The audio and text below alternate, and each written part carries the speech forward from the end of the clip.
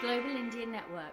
Print, TV, events, podcasts. Find out more at globalindianseries.com. Welcome back to the Global Indian Podcast, home to the greatest conversations and the official platform for open and liberal minds. Because yes, let's face it, we are everywhere. Now, as you know, every single week we plunge ourselves into the human experience behind our perceptions of identity, take a second look at the countries we now call home, and tackle the big conversations. Well, this week has been very interesting across the globe and for a variety of different reasons. If you're in the UK, you would have heard about the messages from the one and only Matt Hancock and how the whole COVID appearance has almost been re-questioning the way in which we look towards governments. But the same thing is true in countries such as Canada, where you have the huge areas of the freedom movement. Now, regardless of people's thoughts whether COVID exists or not, our job is to have a look at the human impact and how we look at this perception and how it challenges or even sometimes changes our perceptions of national identity.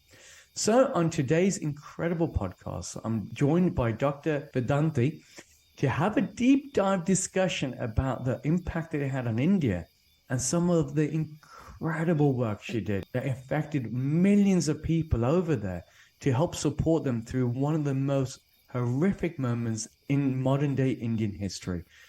But before then, a quick note from our dear sponsors. If you want to find out more about the Global Indian series, by the way, well, it couldn't be easier. Simply come to the website, which is www.globalindianseries.com. There you can listen to this podcast and the entire repertoire of discussions so far. Hi, this is Damesh Shingala, co-founder of Novus. At Novus, we believe technology leads the way for a meaningful change. We are on a mission to change the way corporations, governments, and institutions interact with information. Same as the Global Indian podcast, help people transform for a better future. Find out more on how we are inspiring global change, either at the Global Indian Series website or Novus website to learn more about our innovative software solutions. From our family to yours, I hope you enjoy the show. Thank you. My name is Chitra Stern, and I am a proud Global Indian Ambassador and CEO of Martignal Resorts and Martignal Residences. We pride ourselves on the journeys that define a community, and our developments bring people together. Did you know that over 70,000 people just like us call Portugal home? The Global Indian journey has brought people together in a meaningful way, and on behalf of all of us at Martignal, we want to thank you for joining us in these remarkable conversations. We look forward to seeing you here in Lisbon post-COVID. Hi, my name is Divya and I'm co-founder of the Global Indian Podcast. Before you get to today's show, I've got a quick favour to ask. If you've been enjoying our conversations, I'd love if you could take just 1 minute to leave us a review on the platform that you're listening to us on and share our work to friends and family. It helps us out a lot. Word of mouth is the primary way that we grow. Thanks for your continued support. Now, without further ado, Doctor, it is lovely to have you here in scrubs and all. It looks like we just we had one mind this morning with the color theme, didn't we? Yes. Thank you so much, Rajan, for inviting me and having me on this podcast. No, you're more than welcome. Now, you've got this extraordinary background because you made a world of difference for millions of Indians out there, especially during the heating times of COVID. Now, before we have a look at this whole impact on national identity, why don't you run us through some of the incredible work that you did during the start of COVID and the impact that it had on you? Okay, so right from the onset, I just wanted to mention that, the fact is that the governments all over the globe, they invest most of their investments are in conventional medicine. So conventional medicine definitely currently is the most scientific, and also it has advanced by leaps and bounds, and that is because they have had a lot of support. Now, putting that aside, the point is that homeopathy is very much based on signs and symptoms of a patient. That does not mean that we do not look at a diagnosis, but we focus more on the minutest of details of each sign and symptom. So, for example, when this whole COVID thing began and there was such a lot of panic and, people everybody went into lockdown. So the thing is that I think for the alternative therapy doctors, because we focus more on the signs and symptoms, and we've treated so many patients with similar signs and symptoms, that we couldn't really understand why the panic. And we felt, more than that, we felt that, I personally felt that I have a lot to offer, because like say it has cold, cough, fever, whatever the symptoms were of COVID, that homeopathy has a lot to offer. So that's basically what kind of initialized this whole, movement, I think initially from my side. So then, because during the heat of COVID, there's a mass exodus that happened in India. Everybody knows that. You had scores of individuals leaving the big cities and almost walking their way back home. And this was a process that was done by the government of India because they felt that this is a way to protect the nation, to control what is currently taking place.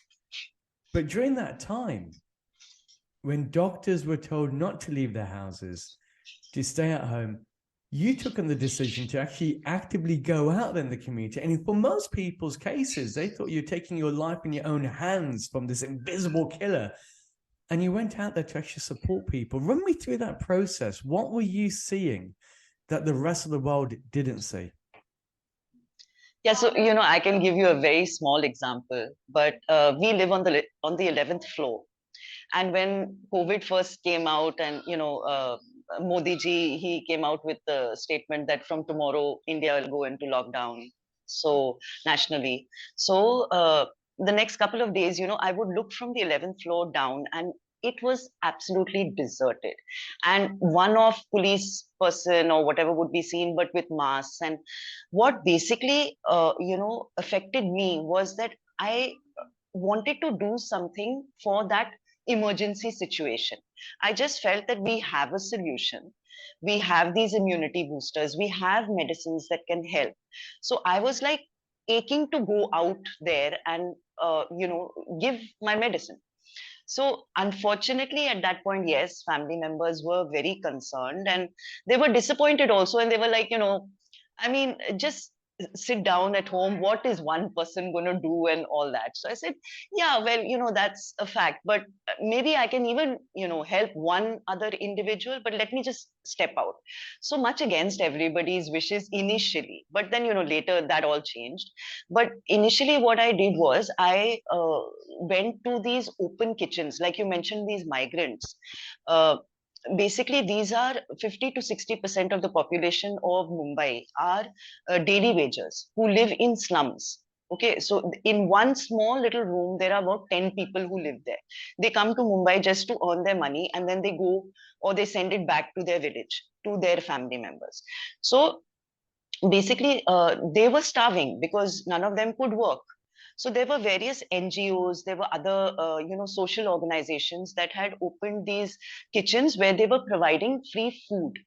So I went initially there via, some patients of mine, old patients who were with me for 10 years. And I told them that, I wanted to do something. So they connected me with one such organization called My Green Society. And they had 34 kitchens where they were giving dry food and wet food, 3,500 wet and dry packages from each of these 35 kitchens. So we added this, 20 doses, one small 5 ml bottle of homeopathic medicines, which were with 20 doses for 4 people of a family, where they can boost their immunity for 15 days. We just added that to the food package. So what started happening was, first we started with one kitchen, then it slowly and gradually it started picking up. So then there were other open kitchens who came and told this My Green Society organizer that, can you send the medicines there also? So we started with 500 bottles in a day, but it gradually started increasing and multiplying. And of course, we went into the millions and all that. We'll go there slowly and gradually. But yeah, that's how we began, because I was a licensed doctor. So I appealed to these organizations and NGOs and social groups. And one particular organization said, okay, fine, since you want to try, so okay, let's try. It began like that. That's incredible. What was the findings? How did it challenge people's perceptions of COVID then? Because again, if you're providing these immunity boosters, and this isn't in no way advocating for or against any type of medicine, but you're providing these immunity boosters and you're seeing the impact it is having.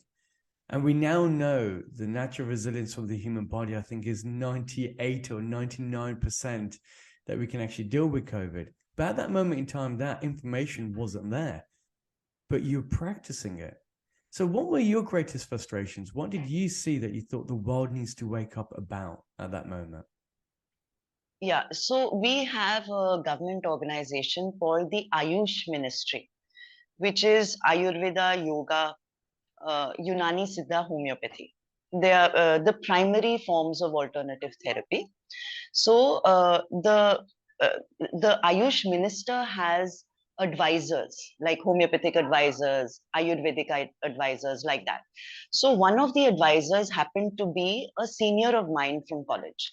So I was appealing to him simultaneously, as in we both were appealing to the Ayush ministry, saying that, can we go out there and get permissions, like open doors for us? So when we started with these open kitchens and it started picking up, then I think word started, getting around. People, other homeopathic doctors also started dispensing. And as you know, Modi ji is into Ayurveda a lot. So he is into alternative therapies. So that kind of helped with the Ayush ministry also starting to give permissions to alternative doctors, because there was no answer at that point. Even conventional medicine kind of threw up their hands and said, just take the antibiotics, because they were working on the vaccine at that point. So they were kind of open to it. So that's what started getting us permissions, where government bodies started opening doors. Like there's a government organization called BMC, or the Municipal Corporation, which is local in every state of India. So the Bombay Municipal Corporation started accepting, since the Ayush ministry had passed certain permissions. So we were basically trying to push those doors open because we wanted to help. And I think these open kitchens and these organizations, these NGOs, even the Bombay University, it has, like I mentioned to you, Boy Scouts kind of thing called NSS students. So that's National Service Scheme. So there were 7,500 volunteers there, who joined forces with these NGOs. There were 38 organizations which kind of worked with these 7,500 volunteers. And so from one open kitchen where there was one doctor, now we were dispensing the immunity booster via so many more volunteers. They started, we all started getting together. So the distribution became easier of the immunity booster, because now it wasn't just in Mumbai or in our area. It was now gradually spreading to even the outskirts of Mumbai. Sorry, I think maybe I'm going too quick. No, not at all. Okay. So it's like that saying: if you think you're too small to make a difference, you never spent the night with a mosquito. I think on your side is the case of you went out there and you thought there has to be a better way, and now all of a sudden you galvanized thousands of people out there to provide these immunity boosters. How many people's lives did you touch? And this isn't a way to be granular and say, great, we've impact, but physically, how many people's lives did you touch with the work that you did during COVID? Yes, so that's why, primarily I'm mentioning all these organizations and the fact that I could not have reached so many people on my own. Absolutely. So all these NGOs and all these government bodies, these BMC frontline workers, I mean, see, the municipal corporation basically looks after the welfare of the state, as in, the roads, and even like they take care of the waste and the water and all that. Now they could not lock down because people needed water. There was a certain amount of waste being produced, so that had to be managed and stuff. And so we needed to touch all those frontline workers, the BMC workers, so that their work doesn't stop. Otherwise, then the whole city will shut down in a different way altogether. There was lockdown, but at least people were getting water, or they were being able to get their food or whatever. But then the waste related with that had to be managed. So to reach all those government workers and frontline workers, we needed help. So yes, I would definitely say that I'm sure globally also people kind of got together in every country and in every city in order to work together to I think it was an try and opening. It almost made us a bit more human, didn't it? In one sense, yes. because the fact that people realize we are fragile and we need to be there for each other. But on the other side, man, it really separated people because you saw the very worst of what came through. So essentially, you affected millions of people across India.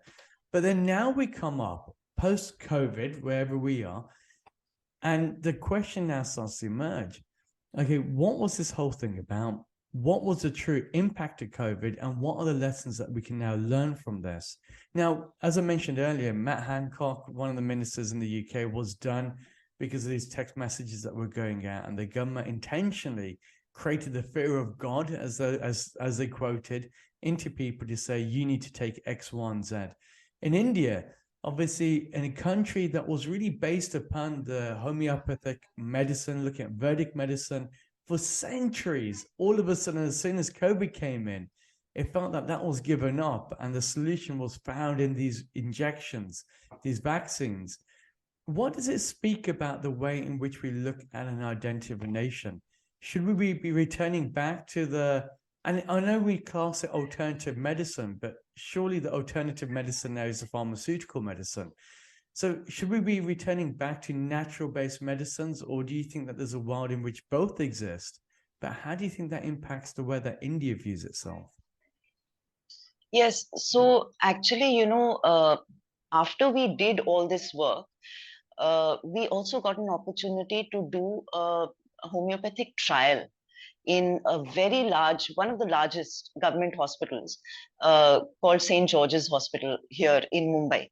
So it was a trial where homeopathic medicine versus conventional medicine along with homeopathy was given to the patients of the ICU. So were these patients a COVID or? Yes, COVID. So those patients who were on oxygen in the ICU were given homeopathic medicine, and it was compared. It was a randomized control study that was done by us, along with a government body called Central Council of Research in Homeopathy. And we found the results basically that where it takes conventional medicine to get the patient off oxygen in 10 days, when given homeopathic therapy in adjunct, additionally, so they were getting off the oxygen in 4 days. So coming to the question that you're asking, that I think that ultimately we did come to realization that this whole thing about COVID was about immunity building. And immunity building is definitely the food we eat. It is definitely the environment in which we live, as in the pollution levels. Here in India, as you must be aware, pollution is extremely high. So there are various factors that need to be taken care of. So yes, as an SOS, when things get out of hand, conventional medicine does need to come in. But in order to build immunity, I don't think that conventional medicine has a solution for that as yet. Like, for example, as far as the vaccine is concerned, the vaccine is there. But even though people have had the vaccine, have had double vaccine, the boosters, they still have got COVID. And yes, the symptoms are milder and they have not been hospitalized, but then that we saw even along with the homeopathic treatment. So, but as of today, we are now moving in a direction where today we do something called the Ayush project. where we go into villages and we provide Ayurvedic, homeopathic medicine, and we conduct yoga sessions with the motivation that we would like to build the immunity of the population in general, so that, God forbid, if something like this comes up, and even if it doesn't, that basically people should not fall ill. That is what I think COVID has taught me. I think a lot of the population, if I might speak for my nation, and the fact is that if we have our immunity levels high, then the you know we will not fall ill, and the It's chances of us falling ill, yeah, it's a common sense approach, right? Because you're saying, well, if the human body feels good, the mind feels good, the physical body feels good, your gut and everything else is working, well, you're going to be working at the optimum. So then even if you right, do get ill, you're going to repair, you're going to rest. That process is a lot larger. But if you got bad stuff around you, your water is highly polluted, your air is highly polluted, your thoughts are highly polluted to the new Netflix series, it's you're going to expect the results in which you get, so it's a two-way process of it. I like what you said, because you said it is a two-pronged thing. It isn't binary. You can't just have one side in terms of the natural medicines and second side, which is a big pharma. Both of them can work hand in hand, because ultimately it's about prolonging health within the human being. right. What do you think is the biggest misconception people have then of homeopathy and the work that you do? Yes, so unfortunately, like I mentioned right at the beginning of the interview, that governments don't really pump into investments to the alternative forms of therapy. And I think that if that could change in some way, I'm sure that the mindset of people in general could change, because the fact of the matter is that my family members, the people who were working with us, all these volunteers, none got COVID, because they all had to first take the immunity booster themselves, you know and I also didn't, by God's grace, I also didn't get COVID. So maybe there is certain solutions, that alternative therapies have to offer, and that needs to be researched, and some amount of investment, if that can go into that. That's why I also wanted to do this podcast, Rajan, because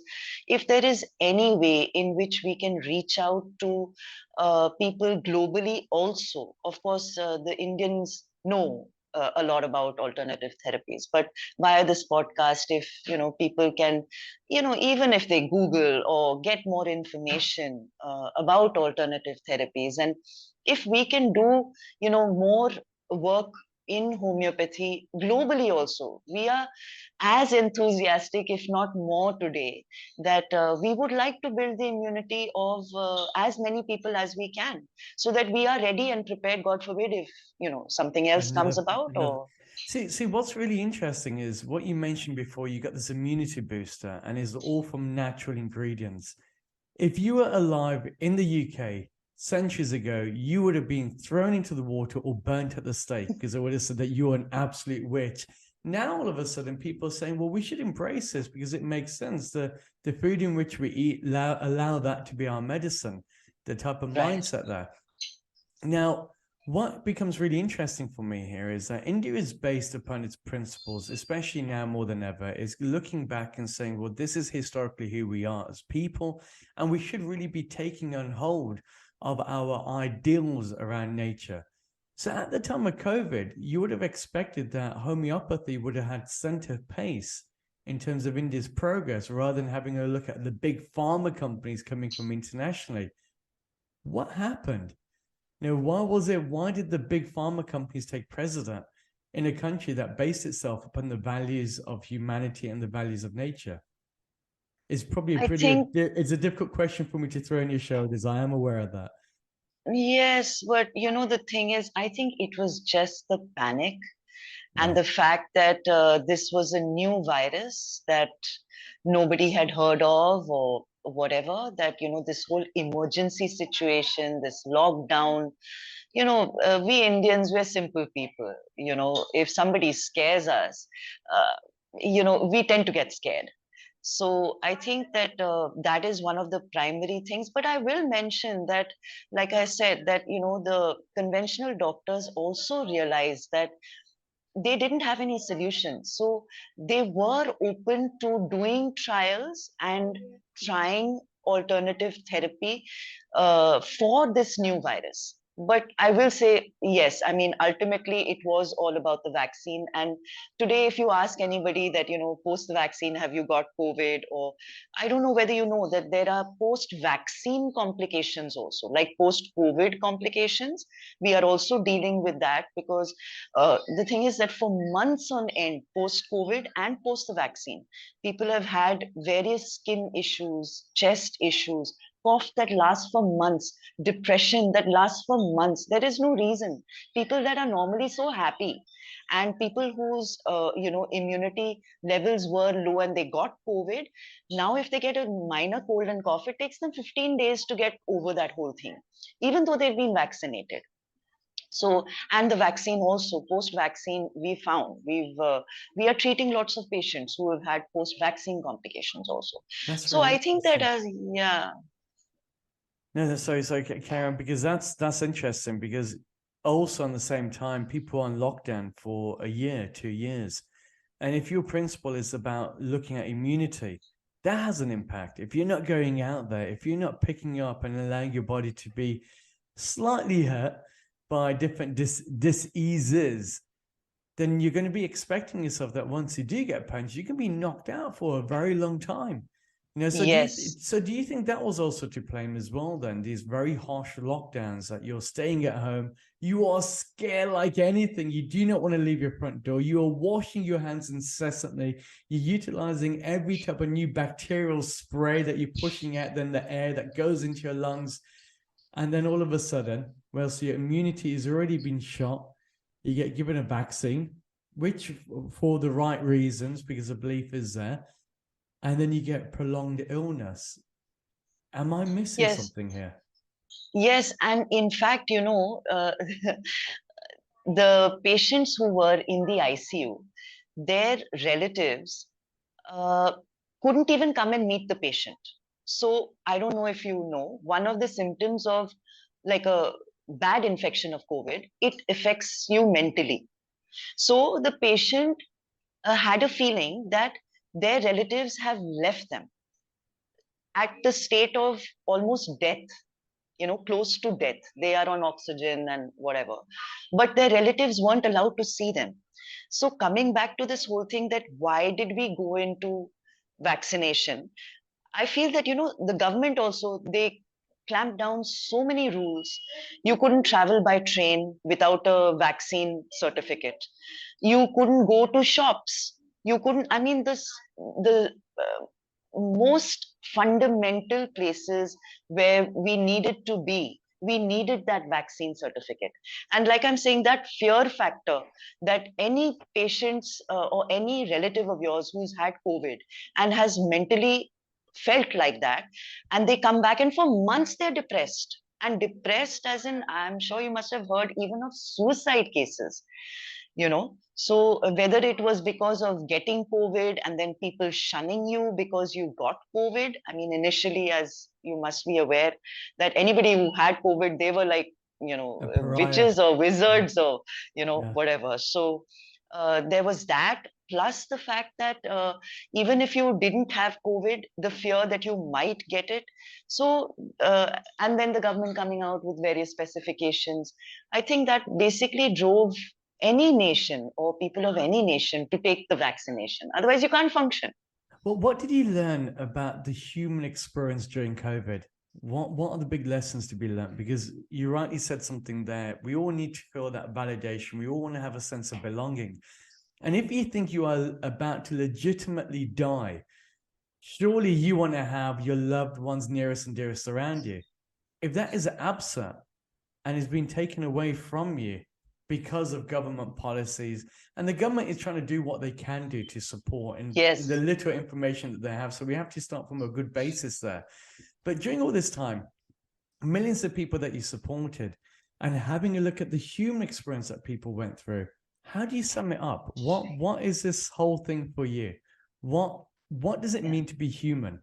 What are those lessons? Yes, so homeopathy, and I will even add the other forms of alternative therapies.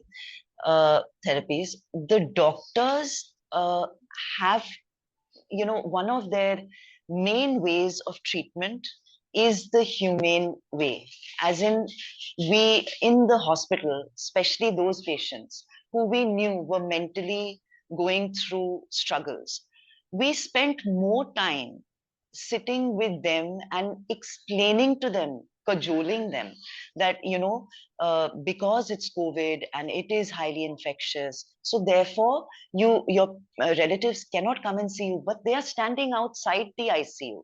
I mean, there were hordes of people who were just standing outside because they didn't want to go back home and leave their relatives in the ICU, but that was not being projected. So coming back to the humane aspect and humane aspect of health, that uh, a lot of, I think all diseases today stem from our, mental well-being.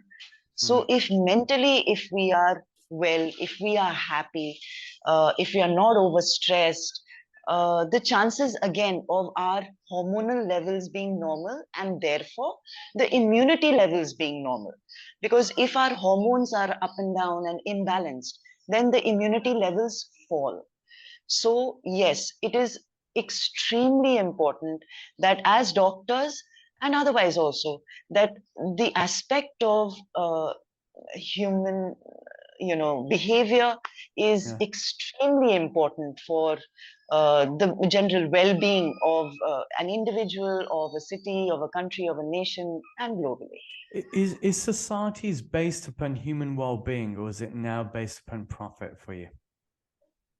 No, so like I mentioned to you that, after this whole COVID thing, and so many people benefited, and I was so fortunate to touch so many lives that now, one is actually invited back to these places where we distributed the immunity booster, and they would like us to continue helping them in that area. That's why we added Ayurveda and yoga sessions and all that, so that we go in there every 15 days. We have a team of multiple doctors of multiple therapies, and we go in there offline, online, and we provide the treatment every 15 days. We go in there and we are boosting their immunity, but more than that, we are there talking to them. Now it isn't just conventional medicine. We are like out there saying, look, we can help you with other therapies also, It's a and they're very lifestyle open to it. change. Yeah. I think that's the thing. Yes, It is a yes. lifestyle change. We're now living almost like in colonies. We're above each other in more ways than one, so you got 13, 14, 15 stories high. We got densely populated human beings. We wouldn't even do that to animals. We would be called of being inhumane, but we do that to each other. And now when something like this happens, what do we expect? We chop down our trees, we chop down every form of nature out there that provides us our defenses. We substitute our woods for TVs. What a crazy world. But Doctor, it has been an absolute pleasure to have you on. Now, you keep on talking about this immunity booster, and I know if I don't ask what's in it, I am going to get absolutely blasted. So just very, very quickly, what would be the best things that people can get in their home kitchens that would assist them with their immunity at this moment in time? Obviously, we know it starts with the head. So it is about making sure, regardless of the God of your understanding or the energy of your understanding, it starts with the mindset, making sure that that's in place. Physically, get moving. We know that that's important. We are animals after all. But when it comes to this immunity booster, what are these secret ingredients that people can utilize? Yes, so it's a well-known fact. The homeopathic immunity booster had something called arsenic album, which actually is a poison if you look at it in the sense. Sorry, you can edit that part. But it's actually, homeopathy is made out of various plants, animals, excretions, poisons, and stuff like that. But it's potentized, so there's no poison, and you can edit that part.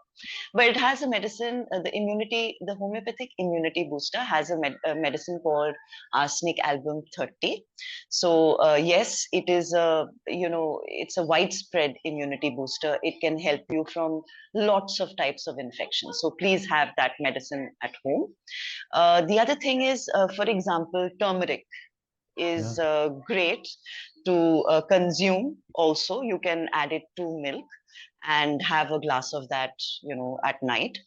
And then you have something called ghee, basically to avoid pasteurized, stuff. Anything with chemicals is better avoided. So going the organic route, to, if you can, grow your own vegetables, or otherwise nowadays, even in India, and I'm sure globally, you have choices where you can actually opt for organic vegetables and fruits and stuff like that. And of course, make sure that your fridge is clean, and the environment where you cook and make your food is also clean. And yeah, I think, like there's something called Kada, which is like an Ayurvedic immunity booster. It's like a tea which is made out of, cinnamon, whole cinnamon, all those garam masala things, basically boiled in water. So clove, peppercorn, this dalchini. Exhibit A right here. Absolutely. Yes. Absolutely. Yeah. So, there are things that we can do. And of course, yoga is excellent form. I mean, I'm not saying there's anything wrong with going to the gym, but again, yoga will help to align your mind, body, and your spirit, so they say. So, that alignment also helps for future health. That's fantastic. Doctor, it has been an absolute pleasure to have you on here. I've got a feeling it's going to be the first of many more discussions to come. If people want to find out more about your work, where can they go? Yes, so we have a website and an app. The website is called healthconcept.in, and you can get our app currently on Play Store. And we will be soon making an iPhone app also. Fantastic. So, and what is the app called? Is it also called Health Concept? Health Concept, yeah. Well, what a fantastic episode. I'm sure you agree. There's a lot to this whole COVID journeys. And there's a couple of key elements that I'll love to keep you with. One is, regardless of what side of the COVID spectrum you belong, whether we think it's real, not real, anything else in between, the fact remains is that that was a time, and still is a moment in our time, whereby there was dramatic shifts. It challenged the way in which we looked at governance. Importantly, it also challenged the way that we looked at ourselves as a community, as people, as the same species on the back of the same planet. It was a time that gave birth to incredible ideas, and also it was a time that gave birth to some very destructive and deceptive ideas. Whatever we can say about COVID, one thing is true. It has changed the very fabric of how we term identity. And this is the first of many more conversations surrounding this area. Now, if you like what we do and you want to get involved, well, it couldn't be easier. Simply come to the website, which is globalindianseries.com. There you can listen to this podcast, an entire repertoire of discussions so far. Until next week, I hope all remains well as we continue our journey of discovering the 50 Shades of Brown discussions. Global Indian Network. Print, TV, events, podcasts. Find out more at globalindianseries.com.